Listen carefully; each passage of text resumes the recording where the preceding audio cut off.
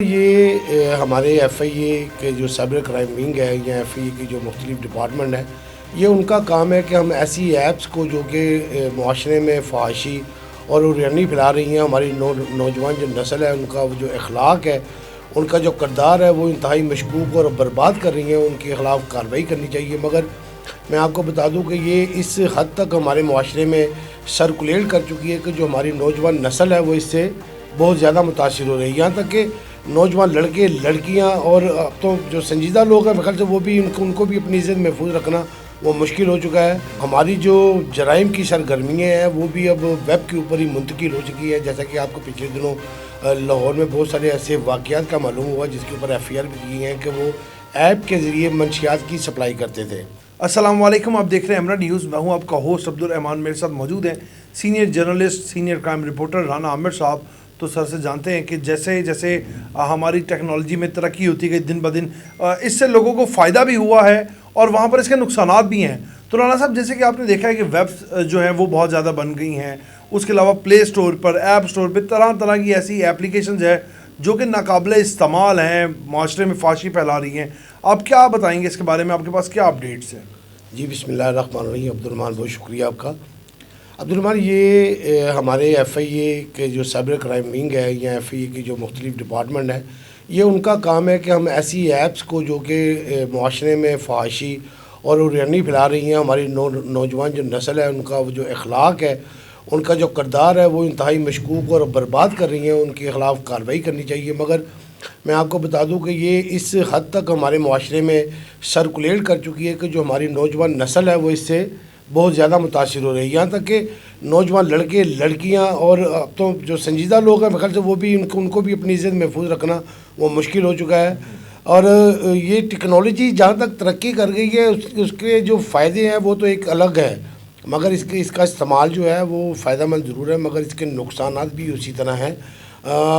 ہماری جو جرائم کی سرگرمیاں ہیں وہ بھی اب ویب کے اوپر ہی منتقل ہو چکی ہے، جیسا کہ آپ کو پچھلے دنوں لاہور میں بہت سارے ایسے واقعات کا معلوم ہوا جس کے اوپر ایف آئی آر بھی کی ہیں کہ وہ ایپ کے ذریعے منشیات کی سپلائی کرتے تھے، اس کی ایک ایپ بنی ہوئی ہے۔ اس کے علاوہ بہت ساری ایسی ایپس ہیں جو کہ مختلف جرائم کے حوالے سے استعمال کی جا رہی ہیں۔ رانا صاحب، میں آپ کی بات کاٹ رہا ہوں۔ رانا صاحب، ایپ کے ذریعے منشیات کی سپلائی کس طرح کیا کرتے تھے؟ اس کے بارے میں تھوڑا سا آگاہ کر دیں۔ اصل میں انہوں نے ایک ایپ بنائی ہے فوڈ پانڈا طرز کی، جو ہے کہ وہ جو سپلائی دینے آتے ہیں ان کی ایک اسپیسیفک اس کو نام دیا گیا ہے کہ وہ اس سے کبھی انہوں نے سگریٹ منگوائے، کبھی کچھ منگوایا، تو اس طرح انہیں اس لائن میں لے آئے کہ وہ جو ایپس پر جو آرڈر ٹیکرز تھے ان کو انہوں نے اس میں شامل کر لیا۔ حالانکہ وہ ایپ اس کے لیے استعمال نہیں ہوتی تھی، مگر جو اس کے رائڈرز ہیں وہ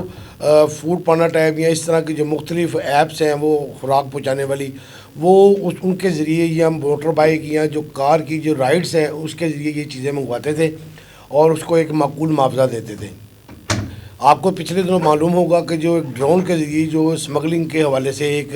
بہت بڑا سکینڈل لاہور میں ہوا تھا، جس کے اوپر اے این ایف نے سابق ڈی ایس پی مظہر اقبال کے اوپر بھی مقدمہ درج کیا تھا۔ تو ان کی جو تمام جو چینز ہے وہ اسی طرح ایپس کا بھی استعمال کرتی ہے، ڈرون کا بھی استعمال کرتی ہیں اسمگلنگ کے حوالے سے۔ لیکن اس سے بڑا جو ہمارے ساتھ جو مسئلہ ہے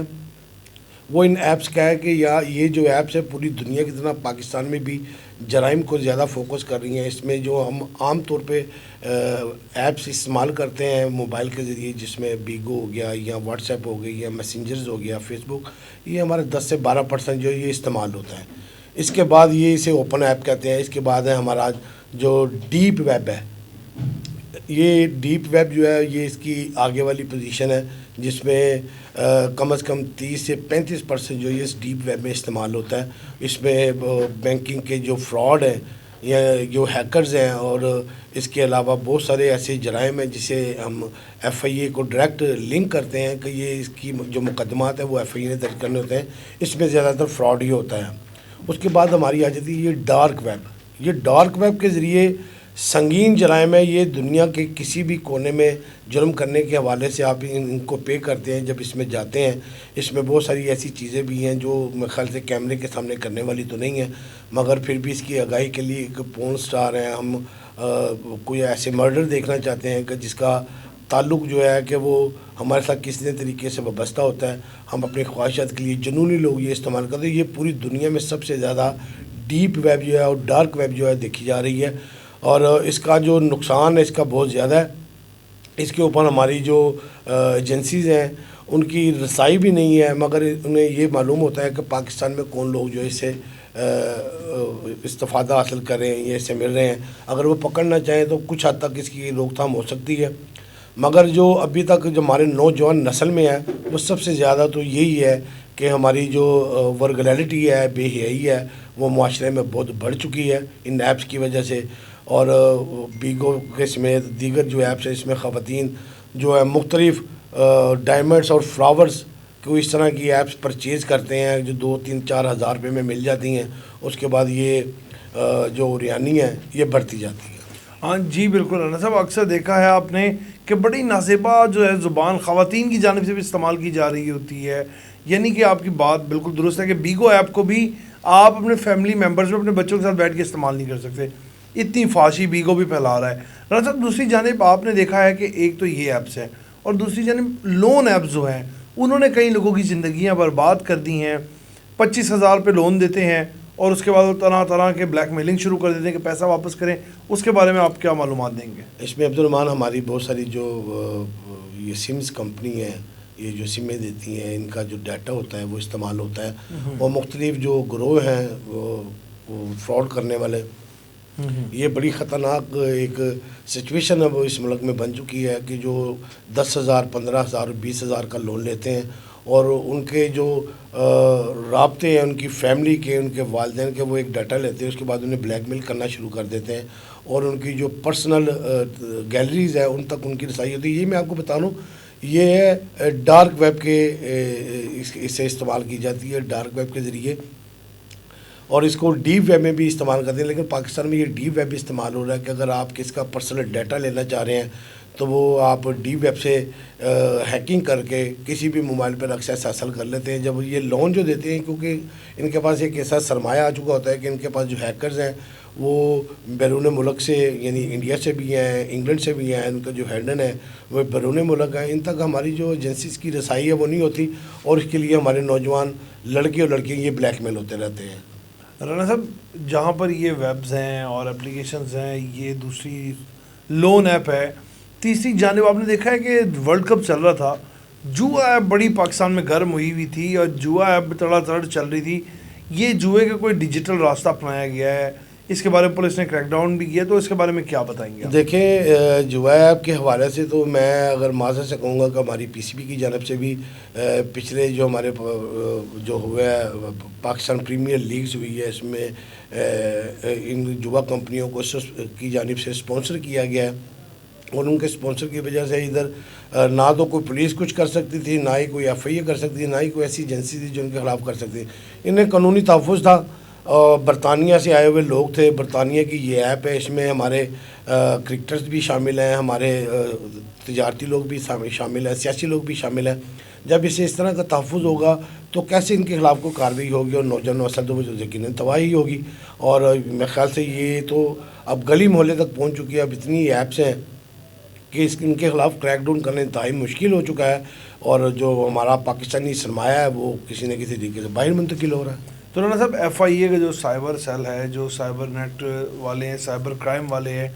وہ ان ایپس کے لیے کیوں نہیں کریک ڈاؤن کرتے, یا وہ کیوں سامنے نہیں آتے, یا وہ کیوں ان لوگوں کے لیے روک تھام نہیں کرتے, اس کی کیا وجوہات ہے؟ اصل میں انہیں عبدالرحمٰن کے اجازت, میں سمجھتا ہوں کہ شاید انہیں اجازت نہیں ملی ہے, ان کے پاس ایسی اکوپمنٹ نہیں ہے کہ وہ چھوٹے لیول تک ہاتھ ڈال سکے, اور بڑے افراد جو ہے وہ کیسے اس میں ہوں گے, کیونکہ یہ تو پاکستان میں بیٹھے نہیں ہوئے, یہ ایپیں تو باہر چل رہی ہیں. مگر ان کو پراکسی تو لگ سکتی ہے کہ انہیں بند تو کیا جا سکتا ہے, مگر میں سمجھتا ہوں کہ ان کو ذاتی مفادات میں ایک سرمایہ آ رہا ہے جس کی وجہ سے پاکستان کا تو نقصان ہو رہا ہے, قومی خزانے کا تو نقصان ہو رہا ہے, مگر افسران کا اپنا فائدہ ہے جس کی وجہ سے بند نہیں کیا جا رہا. چلیں بہت شکریہ. جیسے ہمارے ساتھ عامر رانا صاحب موجود تھے, سینئر رپورٹر ہیں, اور جو آج کل بڑھتا ہوا رجحان ہے ان ایپس کا, طرح طرح کی ایپس مارکیٹ میں آ گئی ہیں جو فحاشی بھی پھیلا رہی ہیں, جوا کھیلنے کی بھی ایپس ہیں, یعنی کہ ایک سوشل میڈیا پلیٹ فارم جس کو پہلے آپ تقریباً کسی حد تک سیف سمجھتے تھے, اور بڑھتے وقت کے ساتھ ساتھ وہ بھی سیف نہیں رہا. بیگو ایپ پہ جب کوئی دو لوگ کنیکٹڈ ہوتے ہیں تو کافی لوگ ان کو بیٹھ کے دیکھ رہے ہوتے ہیں، یعنی ان کی ایک براڈ کاسٹ ہوتی ہے، اس پہ لوگ جمع ہوتے ہیں. لیکن آج کل بیگو ایپ لوگوں کو فاشد کی انٹرٹینمنٹ دے رہا ہے، اتنی نازیبا ویڈیوز، اتنی نازیبا گفتگو کہ یقیناً آپ اپنے گھر والوں کے ساتھ اپنی بہن بیٹی ماں کے ساتھ بیٹھ کر نہیں دے سکتے. تو بالکل جیسے رانا صاحب نے کہا کہ ایف آئی اے کو چاہیے کہ ٹھیک ہے نچلے سطح پہ نہیں پکڑ سکتے لیکن کم از کم اس کی روک تھام کریں، اس پہ کوئی پراکسی لگا دیں، کچھ ایسے اس کے لیے نظم و ضبط قائم کرنے چاہیے، ایسے قوانین بنانے چاہیے کہ یہ ہر شہری کی پہنچ میں نہ رہے. اسی کے ساتھ اپنے میزبان کو آپ اجازت دیں، آپ سے پھر ملاقات کریں گے ایک نئے پروگرام کے ساتھ، ایک نئی کرائم سٹوری کے ساتھ. تب تک کے لیے اللہ نے کے بعد.